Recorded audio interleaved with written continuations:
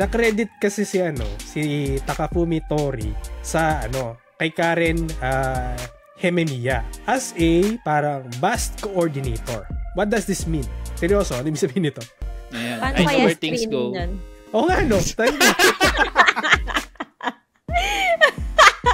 Natawa May exam? Diba? Paano malalaman kung ikaw ay expert? May diagram. Tapos, with this action, saan mapupunta dapat? Tapos ito yung mag-plot kung saan siya dapat.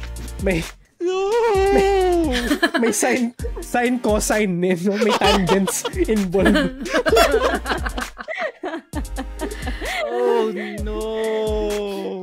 Tsaka sino kaya nakaisip niyan na dapat may ganito tayong Kailangan realistic no? Kailangan realistic yung ginagawa nating anime. All factors need to be realistic. Grabe yung realism. No? Go Japan, good job. Go Japan. As always.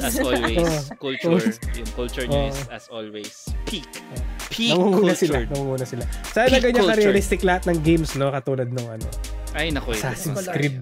Hindi katulad ng Assassin's Creed. Moving on! May bago kasi issue next. Actually, alam ko rin yan. Pero okay, last topic bago tayo pumunta sa ating guest. Pabilis tayo ngayon kasi may guest So, po sa mga sunod-sunod. Shoutout nga pala kay Tresh Cuenta. Salamat sa pag-read. Sa bagong mga followers natin na sila KP21 at si Kaichi. Mukha siya din to. Kaichi.me. Me. Then si number 8.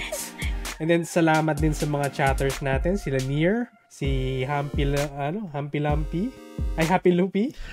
Mas prefer kay Luma si Hampas Lupa. Si Fried Rice Gaming. Si Reconnecting PH. Sino pa ba? Antagonize X, J in Tatters, Vincer Ken. Sino pa ba? Si Marcus Strangles kanina. Ayan, Marcus Strangles, Kuma March, Agile mga nagbubudulan. 1220. Si Antagonize. Si Reconnecting. Yes. Yun. So, Jordan. if na may bawi po ako next week.